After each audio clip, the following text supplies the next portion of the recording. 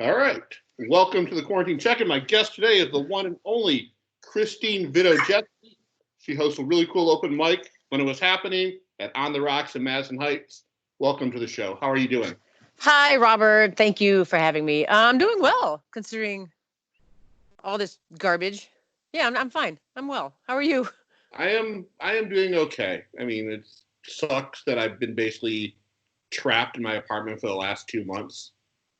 Not really Yeah, going. I can't even imagine what you guys are going through being stuck at home all day. Like I would lose my mind. Like I get home probably about 3:30, 4 o'clock every day from work, and I lose my mind just because I can't do anything. I can't go out. I can't see my friends. But to be stuck at home and do absolutely nothing, I don't. I would lose it. So I don't know how you're dealing with it.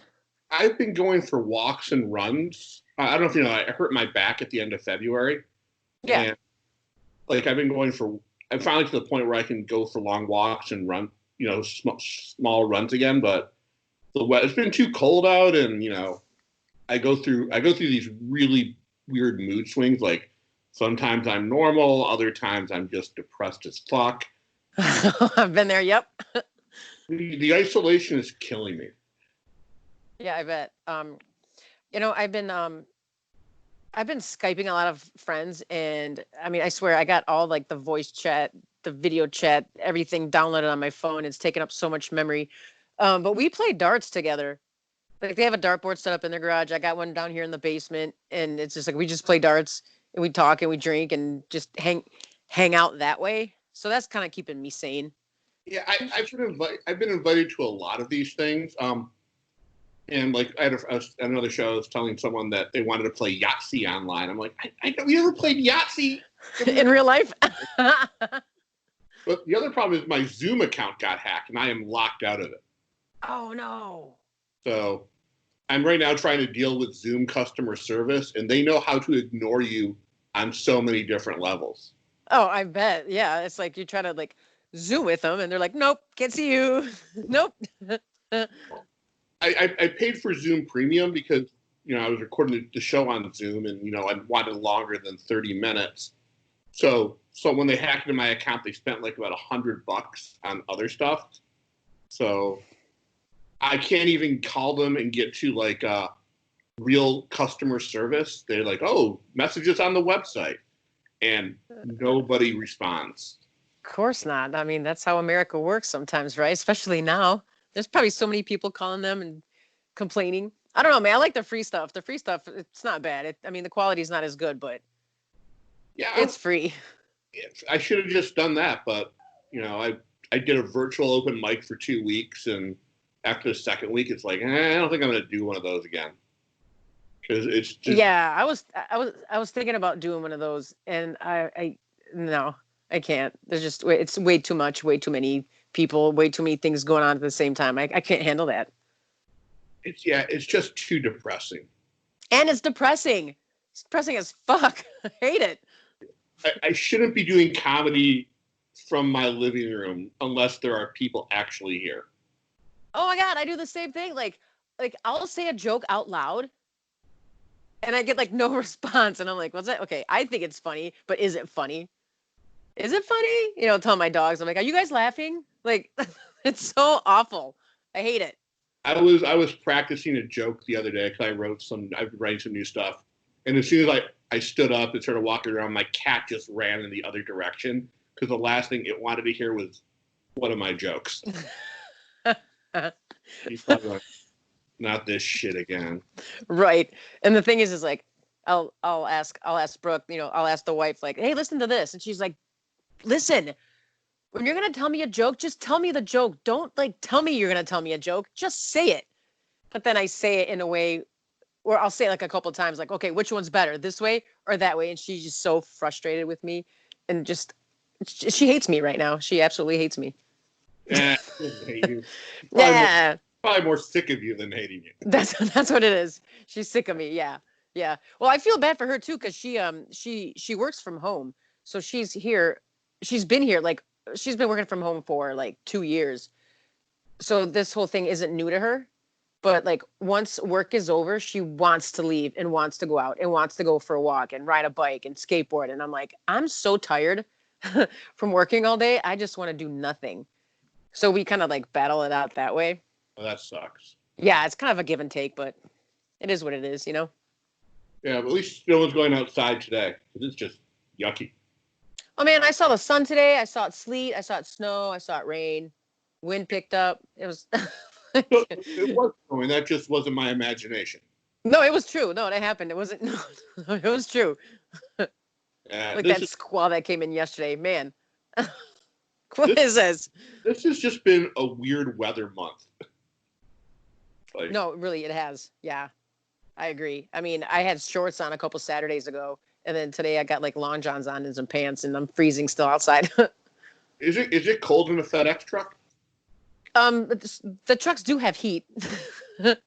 But the thing is like you're stopping every 3 or 4 minutes, so it doesn't get a chance to like actually heat up. Okay. Because you know what I mean? Because you're opening the door, you're shutting the door, and all that air is going in and out. So it doesn't really heat up. But I mean, it's decent. Okay. Better than not having anything at all, you know? Yeah, kind of. Your trucks have doors on them, unlike the UPS. It's UPS that doesn't have doors, right? No, we have doors, yeah. So, let's talk about something different. Do you remember the first place we met at, or do you remember where we met? Where did we meet? Where did we meet? Are you testing me right now? I am testing you. Oh dang. Where did we meet? I will give Robert Schneider. Okay. It was an open mic that no longer exists. Open mic that no longer exists. It wasn't at 342, was it? No, I've never been to 342. Okay, so it wasn't that one. This was long before 342 started.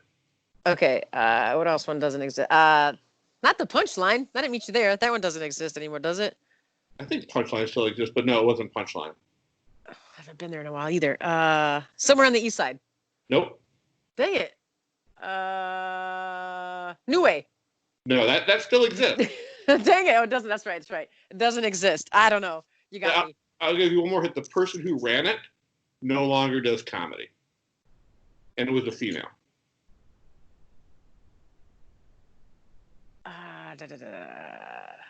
God, was that Atwater? No. Marcus ran Atwater. Oh, Marcus ran that one. I don't remember. There was a cordless mic that never worked. Oh, wait. Cordless mic that never worked. It was at that bar in Detroit, right? It wasn't there. It wasn't.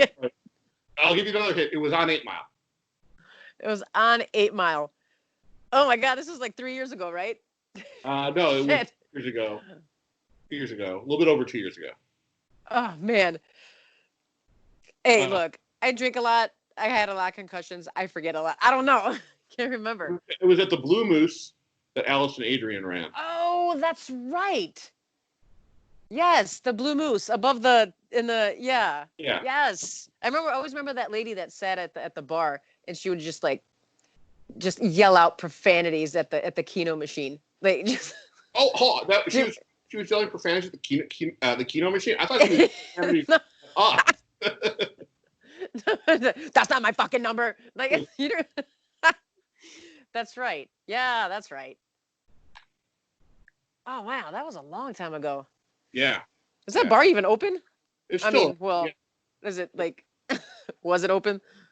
Yeah, it was about 4 months ago. Some friends and I actually went there. We were at a restaurant, and then they're like, "Hey, let's go to a bar." And I'm like, "I know this place." Nice. And the question they asked me once we got there was, "How the fuck do you know this place?" That's right. Oh, I forgot about that one. Yeah. I don't even drive down that far on 8 Mile in the Farmington. There's nothing over there for me anymore. Like, I don't know. How is Allison? How is that girl? No, she had a baby. So she did. Ah, interesting. We're breaking news here. Breaking news, yeah. Yeah, I think the last time I saw her was at a Rumble. Probably, yeah. I think the last time I saw her was, I want to say it was at Sellerman's. I think. Yes, it was. I think the last time I saw her there. Yeah. That was, gosh, early last summer, maybe? Yeah. Yeah. It was at the all-female Rumble. Yes, Yeah. that's right. Yeah, that was fun. I showed up at the end because I was over at Trixie's working the door for their all-female show, which I found was weird that there were a bunch of, female comics who were not on the female Rumble. Yeah, Yeah. yeah. But I mean, the Rumbles are kind of like, it's almost like a first come, first serve, like sign up real quick while you can. And if anybody drops out, there's like another list. I love the Rumble. I love them too. I think there's tons of fun. We I were mean, with my ADD, I'm just like, okay, I'm in. Okay, I'm out. we were at the last, I think one of the last ones together, the one in Warren, and Yeah, the fundraiser. you did a completely all new set that night. That's right. I did something new, and you're like, why? Don't you want to win? I'm like, whatever. Yeah, that was for the fundraiser for that little kid. The kid with cancer, yeah. Yeah, yeah. That was a really fun show, and you had a really good set that night. The funny thing is like I wrote it like that day. Well, you have to. Yeah. If you treat it like a regular set, you're not going to do well, because all it matters when you're doing your regular set, the joke before and the joke after, you have to really think about those. And a lot of comics, I think, who are newer, who do the Rumble, they don't think about what is my 90-second set. Right. It's just like one thought, unless you can get a bunch of thoughts in that 90 seconds. That all is that flows together. You know what I mean? Yeah. Instead of like this joke, this joke, this joke. It takes 5 minutes to tell these 3 jokes, but they're all related. So you gotta find that 90 seconds. I mean, when I wrote that, I was just like, I don't think I have anything that's exactly like 90 seconds that I can perform without having a backstory to it or an ending to it. You know what I mean? So like, I just sat down. I'm like, I don't know what to talk about. Let me look around. Let me talk about my sister real quick. Everybody wants to know about my family. So I just jotted things down real quick, and I came up with the poem. It was funny stuff. Thank you. What made you want to do comedy, and when did you start? Oh man. Okay. I was thinking about this the other day. When I was in 6th grade, there was like a class project of, what do you want to be when you grow up? And I had it on a big poster board, and it said, I want to be a comedian. And I had I don't even know who I drew. I think I don't know why it was a picture of Dolly Parton on there. I don't know why it was her, but she's the one that I drew. And then after I turned it in, and everybody's like, oh, that's kind of cool, but you're so quiet. How does this, it didn't match like my personality at the time, being in 6th grade. So my teacher, like every day for like 2 weeks, he's like, all right, tell us a new joke today. Tell us a new joke. So that went on for 2 weeks, and then it just stopped. And then I don't know, I became like really shy through junior high. And then maybe mid high school, once I started drinking, I got a little bit looser and more personable. And I would just say things that were on my mind, and people thought I was funny, and they giggled and they laughed. And I liked the feeling that I got from making people laugh. So from there, I went in the radio. I was in radio for like 11 years and had a ton of fun with that, and made people smile, made people laugh, made them happy. And then it just went away. And then, at Ridley's, everybody starts at Ridley's, took a class, and I was like, this is what I've been missing this whole time. This is what I've been missing. So I picked it up again. I started writing a lot more, editing a lot more, throwing shit away, aggravated, being happy, being depressed. What the hell am I doing? Like, the roller coaster that all comics get. Right. Let's go back to you being on radio. What kind of radio station were you on? I started working in the promotions department for Detroit, bunch of stations in Detroit. Just stupid, hanging out at a gas station, passing out keychains and stuff like that, getting people to sign up for, win concert tickets, stupid stuff like that. And it just got really boring for me. So I ventured out, and I started, I did a 3 to 8 shift at a station in Lansing. It was a classic rock station, and I was there for, I don't know, maybe like a year and a half. and just driving back and forth from Southfield to Lansing, I was just like, I'm actually paying to work there because they paid shit, you know. But I got a lot of experience there. Were you a DJ? Yeah, I ran I was on the mic every other song, whatever. Took calls, had contests, gave away stuff. It was a lot of fun, but man, it just got boring really quick. Like I couldn't take it anymore. Just sitting in a room all by yourself. It just it's so depressing. Sitting in a room all by yourself listening to music is every fucking teenager. It's true. And like, when I was younger, did the same thing. Sat in my room, listened to music, and it was the greatest thing in the world. But I don't know. I was bored with it, like quick. So I totally got out of that, and I just got rid of my whole radio experience, like my whole my profession of being in radio was just gone, and I dropped it, and it was probably like the best thing I ever did. That's just cool. Early mornings, late nights, going to a club at 10 o'clock at night, coming home at 2:30 in the morning because I don't know, it's a club night, and it got to me after a while. I'm like, I can't do this anymore. I gotta find something more stable and 9 to 5, which is actually like 6:30 to 4:30 now. So yeah, It's not bad. So it's not bad. let's go back and talk about the emotional roller coaster. How do you deal with it when you bomb? Oh man, when I bomb, Let me rephrase the question. How do you deal with your bomb, and how do you deal with it when you have a fucking amazing set? all right, let's start with let's start with the bomb. I replay it over. Like, here's my thing. I don't record my sets like at all. I've probably recorded maybe 3 in the 3 years I've been doing this, and it's just I can't, because if I'll go back and I'll listen to it again and again and again, and I'll just obsess about it. So if I have a bad set, I'm on the drive home, like, wow, that really sucked. How can I do better? What did I do wrong? How did I fuck up? Let's change this. What if we did this? Yeah. As you can see here, I talk to myself in wheeze. Like, there's more of us in here, Right. And then like the next day, I'll let it go. Like someone told me once, like, look, if you feel something, like, say you got like a big win, I don't know, you're like a star player on a basketball game and you got the big win. You got to celebrate that win for 24 hours and that's it. The next 24 hours after that, you got to like regroup, reload, just redo everything for the next set. So that's what I kind of keep that in my mind. If I bomb, it's 24 hours. If it's great, it's 24 hours. Move on to the next one. Like, I try to keep it as short as possible. Even on the highs, if I have a great set, like I'm going to ride that high for, the next 24 hours. And then it's like, okay, that was one set. Can you do it again? Let's see you do it again. Make it better. How can you make it better? And I'll just do that. I'm kind of in the same boat. I don't record every set. I'll record a set when I'm doing a new joke, just so I can hear it back. And then, because I never write my jokes down to begin with, I'll memorize them and then I'll perform them as is. And then when I listen to it back, I'm like, all right, I need to change this, I need to change that.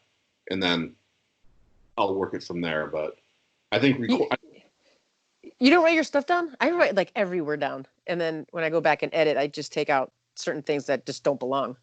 No, when I started doing comedy, I would write every word down, but then I started realizing, all right, when I do that, my jokes are they feel like they're just so overthought. There's so much minutia to them.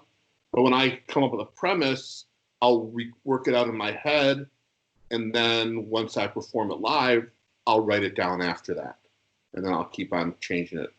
Oh, because you listen. Yeah, because you listen back to it, right? Yeah, well, I'll transcribe it, and then I'll walk around my apartment rehearsing it, killing words, changing phrases. Yeah, that's what I do. I'll switch things around. Take words out, take out a whole section. That's not needed. What's that for? Yeah. Yeah. It's such a process. We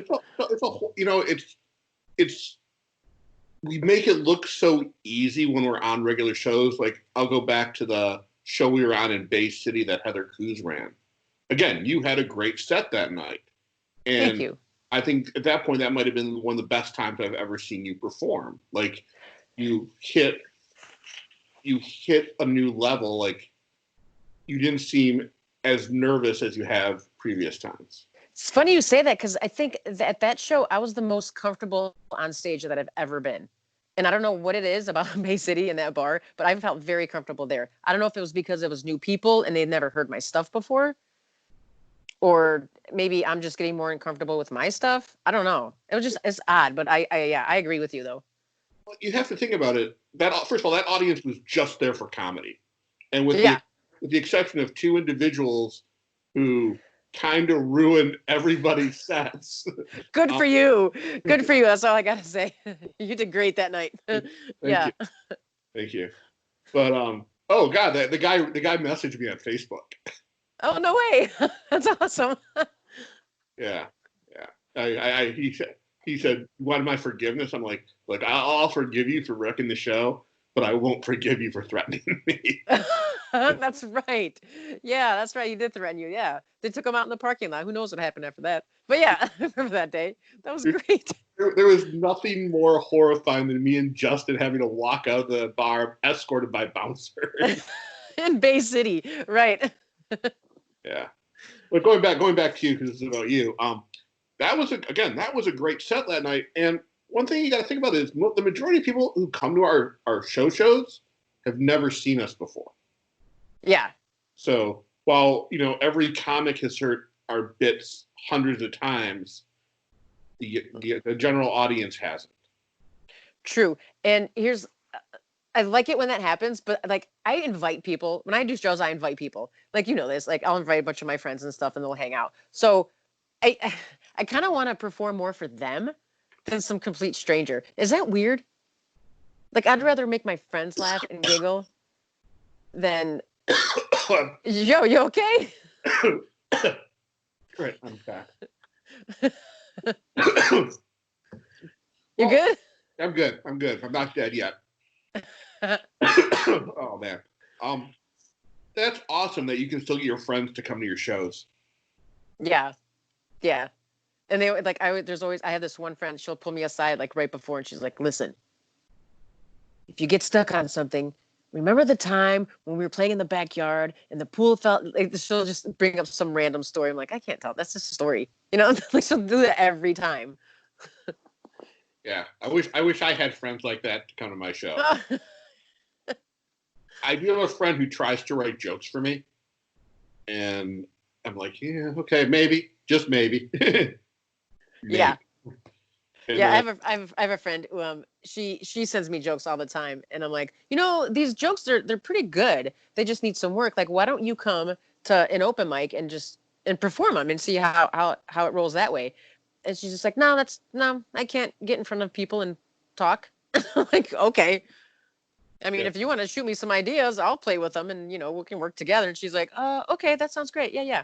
I mean, what am I supposed to do? Like, copyright you at the end of the set? Like. Are her jokes funny? They're decent. They're decent. They need a little work. Just a little tweaking. Like take this whole section out. You don't need that, edit. That's the one thing that bothers me with new comics is they'll come with a joke, but the joke is surrounded by upfront material that we don't need with this horrible setup, and then this whole epilogue to it. It's like, come on. Come on. Yeah, no need for that. It's like get in and get out. Yeah. Say the joke. Yeah, get it. Yeah. I think less is more. If that makes sense. Yes. You don't need a backstory, a front story. You don't need the circle and the sphere around it. Just get to the middle. Juice. Yeah. Here's the thing: the audience is going to be with you if you make your joke believable. Oh, of course. Yeah. You can tell any bullshit story. You can tell any bullshit story. And oh my God, did that really happen? Like I did a show in Chicago about a year and a half ago, and my sister-in-law was in the audience, and I heard her say, "Did that really happen?" Like, no, but it's believable, isn't it? Yeah. Where at in Chicago? What was it called? It was a coffee house in Bucktown. Okay. Called the Small Bean, I think it was. Okay. It was a cute little place. I had a lot of fun there. My plan is to do more shows there once we're in Chicago. Yeah. Me too. I mean, like I said, my sister-in-law lives there, so I mean, there's always a place for me to stay. So that's the advantage I have. I'm going to Chicago. Well, it's always good to have a free place to stay in Chicago. Uh-huh. So A little expensive. Yeah. let's talk about your open mic on the rocks, which Okay. is really fun. For our 30 to 40 listeners per episode, I'm sure most of you already come to this open mic. But the last month that it happened, it was really interesting because Yeah, the one in February. Yeah. Because we had a comic who somehow pissed everybody off and made this one girl go up there and tell jokes. Yeah, the last girl. Yeah. Yeah. She was she was sitting in the back and she was just running her mouth, and I'm just like, I get this good. She's got to say something. And I just brought her up, and I can't believe it. She had like a list in her pocket of what to talk about. And it wasn't very long, but she got up there and did it. But I'm like, okay. She was writing stuff down during people's sets. Oh, she was? I see. I didn't even know that. Yeah, 'cause I was sitting right by her and her boyfriend. Yeah, you were back there too. Yeah, that's right. So, but it was so I don't remember the guy's name who went up there, but he did everything wrong as a comic. His stuff was so misogynist and Yeah. a little bit racist. Yeah. Yeah. Someone came up to me. I don't know if I thought it was you. If that guy ever comes back, let me know because I'm not coming. That might have been me. Yeah. I think he was he was a new guy. He's never been there before. And I've never seen him before either. So I don't know if he was just trying new stuff or he just wanted to, I don't know, try it. I don't know. I couldn't tell you about that guy. But again, what I think his problem was he was trying to be edgy and he didn't have the material to be edgy because you just don't go on full on misogynist, full on racist and expect an audience to like you. Especially at that bar. No. Yeah, I remember that kid. Yeah, it's just he I don't know, he just jumped right in with like, we don't know you. Like is that how you are? Really? Okay. Like it could be all bullshit, but no. Even if even if it is, there's certain things you just don't talk about. Right? I'm pretty sure he did my online open mic because I had a comic from England and a couple English people that watched the show, and they wrote me and complained about two of the comedians down there. He was one of them. I'm pretty sure it was him because. Oh man. Yeah. So what made you want to start another open mic?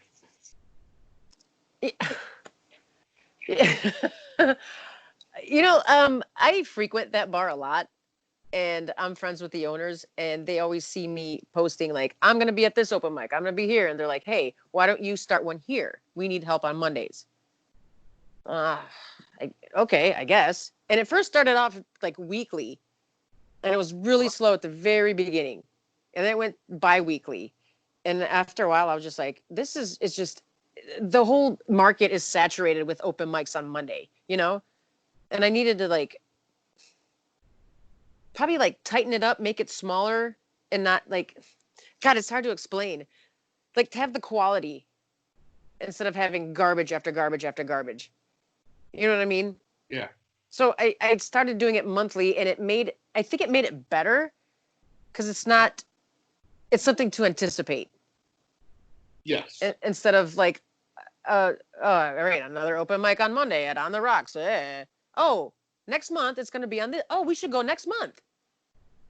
So it gets people talking a little bit more about it. They have a whole month to plan out. Yeah, and also it's a good space. Yeah, and I love. It reminds me of my uncle's basement, where it's just a bunch of friends sitting around, drinking, eating, having a good time, laughing at each other's jokes. And it feels like home. I can see that. It's like home, but they charge you for stuff. Yeah, yeah, yeah. You can't just walk to the fridge and grab a beer. No. Yeah, because they would have rather kick you out. I'm I'm going to say one of my favorite comedy moments happened at your show. Okay. I was doing my suicide joke, and there's a point where I find someone that's kind of just laughing at it, and I tell them, why are you laughing at this? And Kim Rosario was laughing, and I just kind of zeroed in on him. He sent me an apology. Oh, he's so sweet. He's such a sweet guy. He is. I was gonna roast him because I've written all these Kim Rosario roasts. Oh man, that'd have been great. I really like that guy. It's a fun mic. It's probably one of the, because I'll be honest, I fucking hate open mics. I think they're the worst thing for every comic. They are like so. It's so hard. It's so depressing. It's so that guy's good. Man, that guy sucked. What's that noise over there? Like, there's so many things going on. It's very aggravating. I hate open mics too, but I mean, you got to do it, They're an evil, but you just go there, and when you give birth to a new joke, and just all your friends just look at you like, "What the fuck did you just do? Why would you write something so shitty?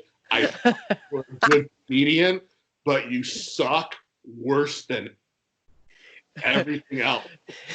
The honesty. You go for the honesty. I think the most honest feedback I ever got was from John Campbell at Cabbage Patch, and he walked up to me and goes, "You have some good stuff up there. Now you just need to make them funny." And I respect John so much. I'm like, "You're right. You are right." God, you're right. Yeah. So when do you think we will all be back at this?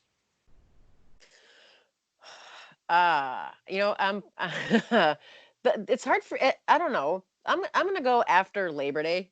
That's how long I think this is gonna happen.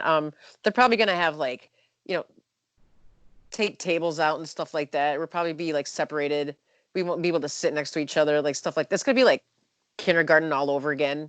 It's like everybody's got to like wipe their stuff down and wipe the mic and don't touch anything. And I don't know. I'm looking. I want to be positive about this whole thing, but it's so real that I think if it happens earlier, I'll be surprised. If it happens later, I'm not going to be disappointed because I know it's going to happen later. Does that make sense? Yeah, I think July. Really? That soon? Well, I mean, God, we're almost in May, so that's 2 months. 2 more months, yeah. I think they're going to start, the quarantine's going to be lifted in phases starting around May 15th. But I think the first thing we'll see open is barbershops. Yeah. Because definitely, I need it. I look like I've been in the jungle for 3 months. Yeah. I'm just on my way back. On your way back, I made it through, guys. I look like a fatter Zach Galifianakis. Yes, very good. Very good. Yeah, but yeah. My hair's getting long, and I'm like, I wonder if I could like bribe one of my friends to just. It's just hair, right? It'll grow back. I'm sure there are underground barbershops that are popping up all over the place. Yeah. But we can't. It sucks for us here in Michigan because right now we can't even go visit friends. No.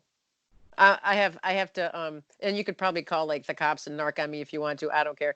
I've had friends come to my house. What? Yeah, we hung out in the garage. What? What? That's crazy. Yeah, I'm like, you guys want to come over? Just hang out. Just just be the four of us. What? We can't. Shh. Park down the street. Just walk over. I think cops right now have more important things to do, like not arrest people, because that's what I think. No one is committing crimes. No one. Yeah, murder's down. Let's see, bank robberies are down because they're not open. Nobody's getting held up anymore because nothing is open. I think the only thing that's gone up is like domestic violence, and I mean, you can't blame that. I mean, it happens. It's gonna happen. It's going on in my house. My cat bites me every day. My cat wakes me up at 4:30 in the morning. Mine does too, and then I go back to bed. Kind of like talk about domestic violence, more like feline domestic violence. I gotta kick her away, and you can't blame that. I mean, it happens. It's gonna happen. It's going on in my house. My cat bites me every day. My cat wakes me up at 4:30 in the morning. Mine does too, and then I go back to bed. Kind of like talk about domestic violence, more like feline domestic violence. I gotta kick her away and toss her out the room. His ears just perked up when you said that. Oh yeah. Like they are. She is talking about the great cat conspiracy of 2020. I knew it. I knew it. So when you have your first open mic back on the Rocks, is it going to be a special one where are you planning? Well, remember in March I was gonna do like the special guest host, and you were gonna be it because I picked your name, right? Right. You picked your name. I picked your name. Yeah, you were supposed to host, and then they shut down like the day before or the day after. They shut down, I think, that day. Yeah. But it was supposed to be like yeah, because I wanted to practice my new stuff, and that's the only way I could do it in front of people besides going to another open mic. I'm like, let's just give somebody else an opportunity to host if they want. I'll do my set and then call it a day, have some fun. It'll be great. And then I wanted to do, I came up with this idea for Mark Poindexter. Like, we just start all quarantine jokes and you write all yours down. And if you hear someone else say a joke that's similar to yours, cross it off. So like, if you go up there and you have 4 jokes, awesome. If you go up there and, someone keeps saying your jokes, or last guy standing is going to be the winner. So it's like bingo, but it's not, It's going to be so many jokes of masturbation. Oh my God, that's so crazy. I've never even thought about a masturbation joke. That never even crossed my head. Is that weird? I wrote one. I'll tell it now because I don't know if it's ever going to be told. It's like, yeah, so, it's kind of cool. Like, while I've been working from home and I did something at work that I could never do before. I jerked off and I got paid for it, which makes me a professional. Yeah. You know what? Sure, I only have a client of one, me, but I wonder if that means I can now write off lube on my taxes. I like it. Nice. Yeah, I don't know. And here's my other thing. Like, once we all get back and doing what we're like normally supposed to be doing, are these jokes even going to be relevant anymore? I mean, I've written a bunch like March through April, but then say we go back July, August, September, whenever we go back, is it going to be relevant, or is it just going to be like, oh, that's an old joke from March? Like, that was like the first day of quarantine. Like, you know what I mean? I have no idea. I have none at all. I don't think I have some written down, but I'm like, yeah, I don't think they're going to work in August. No, I don't think so either. I think I don't think anyone's going to want to hear it. Right. Yeah. Yeah. We're almost out of time, so I'd like to end this the same way. I've become a fan of misconnections on Craigslist. Okay. I'm going to read one to you, and I hope you can make a joke out of it. Now. Oh, the pressure. Okay. I'll say this one is really creepy. And I will also admit that I've been writing a few of these and just putting them on Craigslist. This one I did not write because I am not this creepy. But the headline is, "You were looking for a dad and wanted to be famous with us." This is from Wayne, Walston, Livingston, or Oakland County.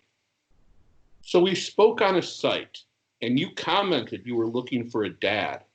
I'm guessing you are a young lady in your 20s or 30s. Like I told you, I wasn't looking for a date or something sexual with you. I just understand you wanted to have a dad, not having had one. I was wanting another daughter before I got famous, again over family stuff. You seemed so sincere. You answered my chats and everything, and then you were gone. I'm about to start my effort again to make my family famous. I was really hoping to find you and connect again. If you do contact me, please know I really need to stay in touch. and see where this goes before it gets in the newspaper and TV again. Hoping to hear from you soon. Dad. That would be funny if it ended that way, but no. That'd be great. He's looking for a daughter? Is that what I'm getting? He's looking for a daughter? Some chick's looking for a dad or a daddy? Dad? No, dad. It's really creepy because this is the line that kind of stuck out to me. Before I got famous again over family stuff, and again is all in caps. Before I got famous again. Yeah, before I get famous. Well, his tense was wrong. It should be before I get famous again over family stuff. Maybe it's supposed to be before I get famous, comma, again, family stuff. Yeah. Like now, again. This guy is really creepy. I say let's call him. I will send you a link to it. Send me. I'll totally fuck with this guy. Absolutely. Yeah, but hey, look, if I could get put on his like I don't know, well, depending on how old he is, if he's gonna die soon, I would like to be part of the inheritance. That'd be great. Yeah, he could be my dad that way. The inheritance would be the shame of being related to him. Well, I have to see what kind of background it is too. Like if he's got some cash and some money and some property, I'll absolutely be the daughter. I don't care.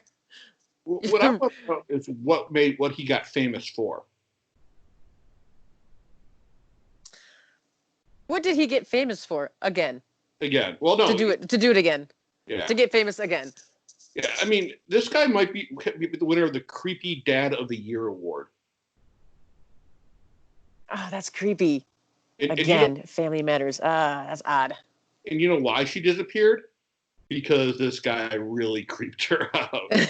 Or he killed her. Oh, yeah, that's a good one. That's a good possibility. Well, Kristine, thank you so much for being part of it. Thank you for having me, Robert. This was so much fun. Sooner than later. Yeah, it was a blast. And yeah, hopefully I will see you sooner than later. Hopefully by July, right? Hopefully before July. All right, cool. All right, Robert, thanks a lot. All right, see you bye. soon. Bye.